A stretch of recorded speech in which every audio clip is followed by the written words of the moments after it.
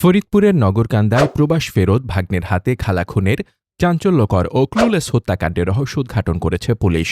ঘটনার মাত্র ২ দিনের মাথায় চিরুনি অভিযান চালিয়ে মূল আসামিকে গ্রেফতার করতে সক্ষম হয়েছে নগরকান্দা থানা পুলিশ। মামলার বিবরণ থেকে জানা যায়, গত ২৭ মার্চ দিবাগত রাতে নগরকান্দা উপজেলার রাধানগর গ্রামের মৃত জমির উদ্দিন ভূঁইয়ার স্ত্রী জামেলা বেগমকে নির্মমভাবে শ্বাসরোধ করে হত্যা করা হয়।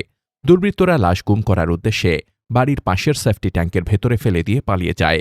এ ঘটনায় নিহতের ছোট ভাই শেখ মোতালেব বাদী হয়ে নগরকান্দা থানায় একটি হত্যা মামলা দায়ের করেন। হত্যাকাণ্ডের পর কোনো ক্লু না থাকায় বিষয়টি পুলিশের জন্য চ্যালেঞ্জিং হয়ে দাঁড়ায়। ফরিদপুরের সহকারী পুলিশ সুপার মাহমুদুল হাসানের নেতৃত্বে এবং নগরকান্দা থানার অফিসার ইনচার্জ রাসুল সামদানি আজাদের তত্ত্বাবধানে একটি বিশেষ তদন্ত দল গঠন করা হয়। তদন্তকারী কর্মকর্তা এসআই নাজমুল ইসলাম সহ পুলিশের টিমটি তথ্য প্রযুক্তি ও গোয়েন্দা তথ্যের চুলচেরা বিশ্লেষণ শুরু করে।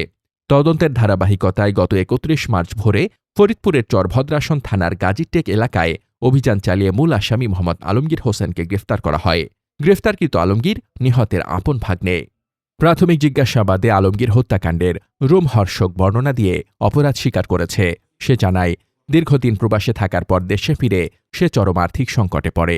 ঋণের চাপে দিশেহারা হয়ে খালা জামেলা বেগমের কাছে একাধিকবার টাকা ধার চায় সে, কিন্তু খালা টাকা দিতে অপারগতা প্রকাশ করলে সে তাকে হত্যার পরিকল্পনা করে। পরিকল্পনা অনুযায়ী ২৭ মার্চ রাতে সে খালার বাড়িতে অবস্থান নেয়। গভীর রাতে সবাই ঘুমিয়ে পড়লে ভোররাত ২টা থেকে ৩টার মধ্যে ঘুমন্ত খালার গলায় গামছা পেঁচিয়ে শ্বাসরোধ করে মৃত্যু নিশ্চিত করে। পরে লাশটি বাড়ির পাশের সেফটি ট্যাঙ্কে ফেলে দিয়ে ঘরে তালা লাগিয়ে ভোরে পালিয়ে যায়।